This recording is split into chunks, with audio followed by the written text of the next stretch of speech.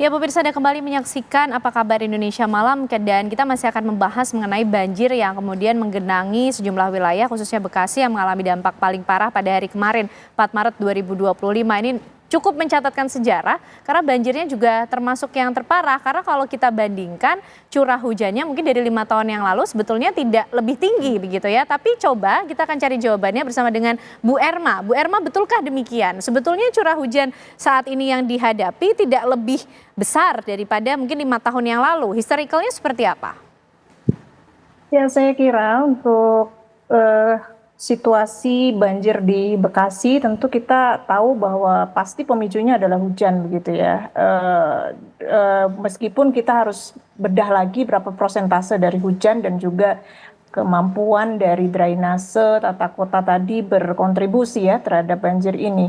Nah, kalau melihat dari distribusi curah hujan, setelah kita melakukan pemeriksaan terhadap data yang bisa diakses secara online, rekaman data di kota Bekasinya ya, di pusat kota Bekasi itu hanya 98 mm itu terjadi selama 2 hari ya, tanggal 3 dan 4 Maret.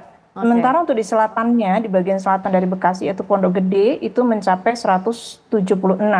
Ya, dan ada satu lagi bisa kita bandingkan juga dengan wilayah di Bogor, Kabupaten Bogor, khususnya di Cisarua Puncak, karena waktu itu juga kita tahu 1 hari sebelumnya juga ada banjir bandang begitu ya di Puncak, itu 408.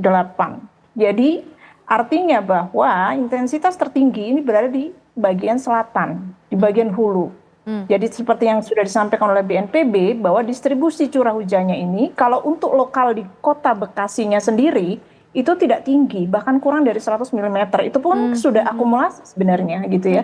Tapi tadi yang terrecord ada 200, kemudian sampai 400 itu di hulunya, bagian dari selatannya Bekasi, yaitu bahkan di Bogor, Cisarua Puncak. Nah, ini yang menjadi problem karena air mengalirnya tentu di kali-kali yang tadi disampaikan gitu kan ya, Cilengsi, kemudian jadi ada kejadian sebelumnya Citerep, Cilengsi itu banjir dulu kan. Nah, itu sebenarnya karena mereka mengalami curah hujan yang lebih tinggi, jauh lebih tinggi daripada Bekasi. Berarti ini. ada Jadi kiriman ya Bu dari hulu, dari Bogor begitu? Betul, memang ada kontribusi, Jadi kalau kita persentasekan sebenarnya kontribusi dari hujan yang dari langitnya gitu ya, atau cuaca atau meteorologinya itu hanya 30%, 70% itu adalah, jadi artinya 30% apa? Dia tidak dominan, dia bukan sesuatu yang sangat ekstrim. Tidak dominan terjadi di wilayah tersebut. Karena kalau dia sangat dominan, maka kita bisa katakan kontribusi cuaca 70%, mau sebaik apapun dia akan kolaps gitu ya. Kalau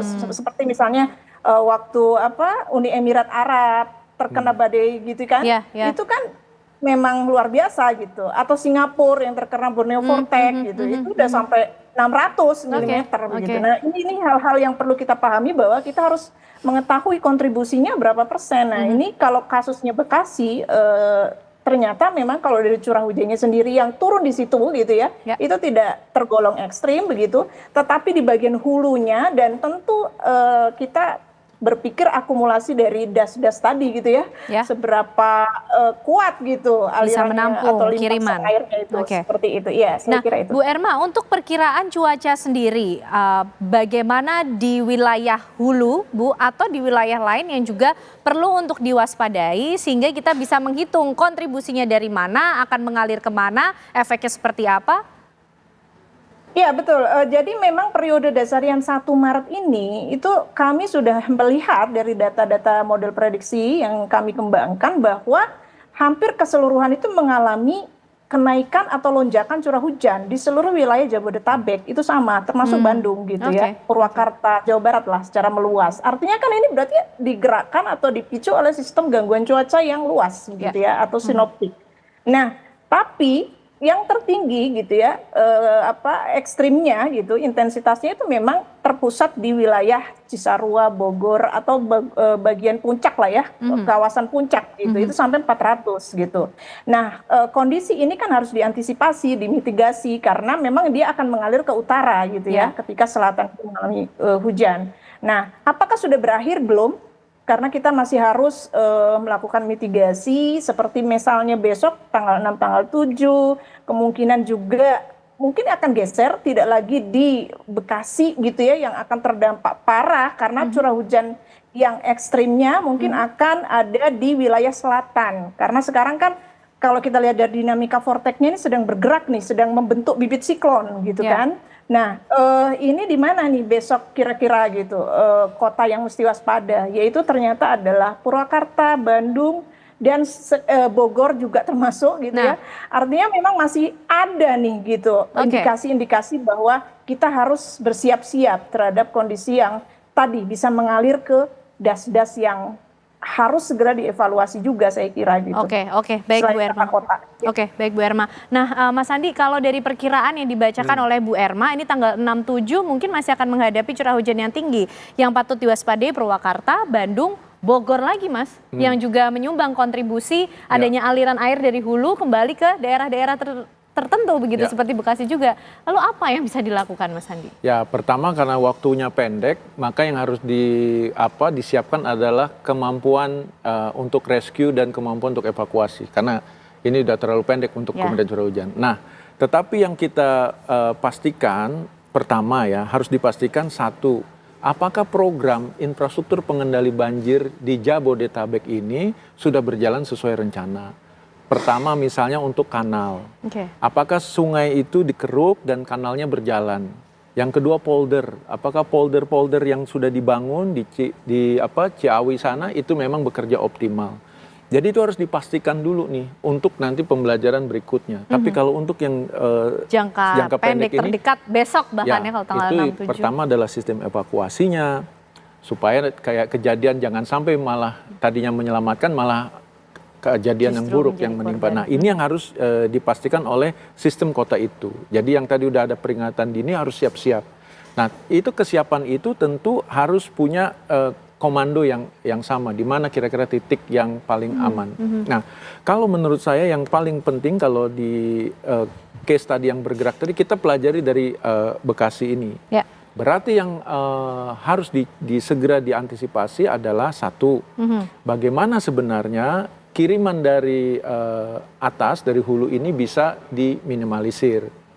Tentu infrastruktur yang tadi saya katakan polder dam itu yang kita akan berfungsi optimal. Tetapi dengan curah hujan ekstrim, we don't know yet apakah itu berfungsi optimal atau enggak. Ada dua memang, ayo kita hutankan kembali. Tetapi penghutanan kembali ini butuh waktu. Karena satu pohon itu untuk bisa dia diameter 10 cm dia butuh 30 tahun.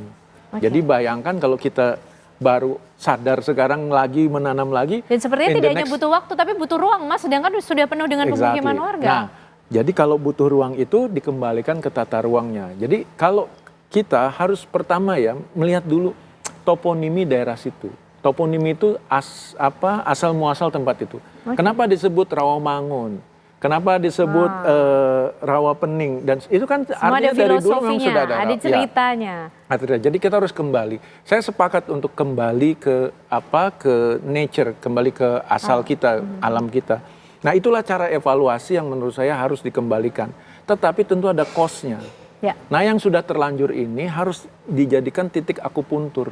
Ini loh yang mau kita treatment, yang sudah terlanjur ini. Nah, berapa banyak yang terlanjur ini? Itu tentu cost-nya tidak akan murah. Nah, untuk itu maka untuk membayar keterlanjutan ini biayanya pun tinggi. Jadi apa yang dicanangkan Pak Gubernur untuk evaluasi sebenarnya ada rentetan berikutnya nih. Cost-nya siapa yang tanggung? Sementara kita di era bahwa ini ada realokasi dan seterusnya ya, jadi penganggaran pemerintah. Tapi ini segera harus diatasi juga nih. Kalau infrastruktur pengendali banjir sudah ada, sedang ongoing kok, terus dilakukan. Tetapi ini kan hanya temporary, kayak badan kita perlu alat bantu. Tapi sedangkan kemudian yang menjadi PR besar justru jangan sampai banjir terjadi lagi.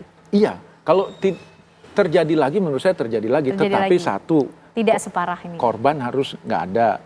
Kedua, kerugiannya jangan kayak sekarang. Ketiga, kecepatan surut juga menjadi indikator. Ini kan bisa 6 jam, di atas 6 jam, kan harusnya less than 1 hour udah bisa surut. Nah, itu indikator-indikator yang harus kita pegang untuk tahun depan. Karena kan ini katakanlah dia nanti sesuai dengan musimnya, itu harus siap.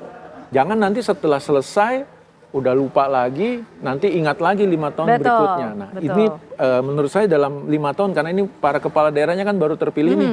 Kalau menurut saya kita kasih KPI-nya adalah bagaimana satu, cepat surut, kayak Jakarta sudah mulai ada improvement bahwa dia cepat surut.